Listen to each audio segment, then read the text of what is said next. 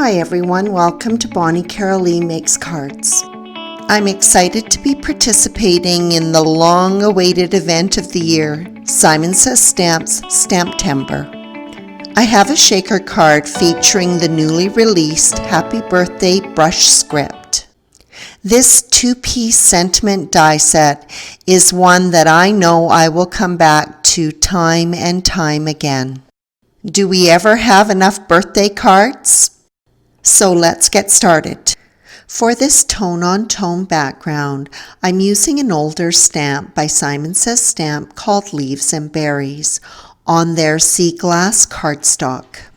The stamp is inked up with Versamark and embossed with Wow's Clear Sparkle embossing powder. When it is heat set, the blue of the embossed pattern is slightly deeper than the background. The embedded glitter in the embossing powder gives an overall shimmery effect.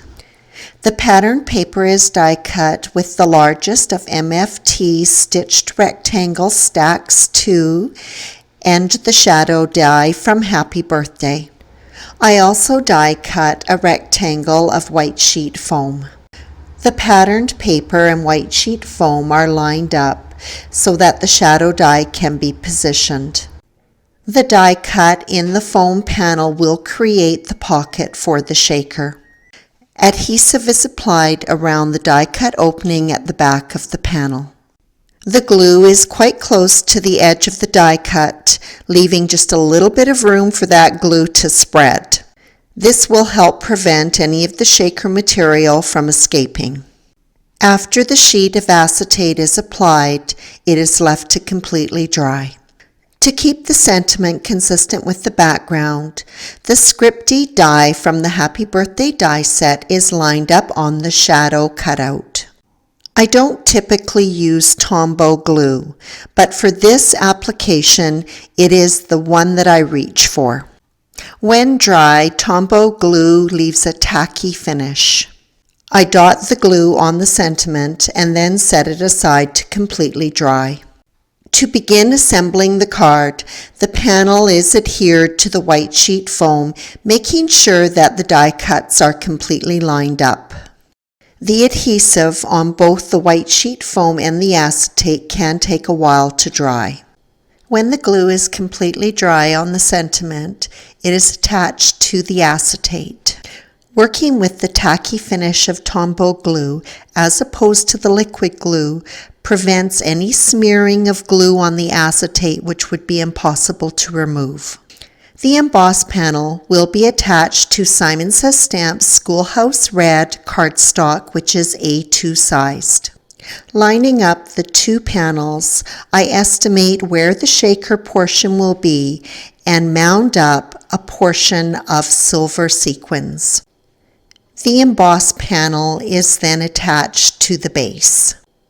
While it is drying, I apply Cosmic Shimmer Opal Blaze to Simon Says Stamp's etched dragonfly die cuts. As the glaze dries, I attach the shaker panel to the card base, which is made from Neenah Classic Crest 110-pound cardstock. The dragonfly is assembled with a little bit of white glue.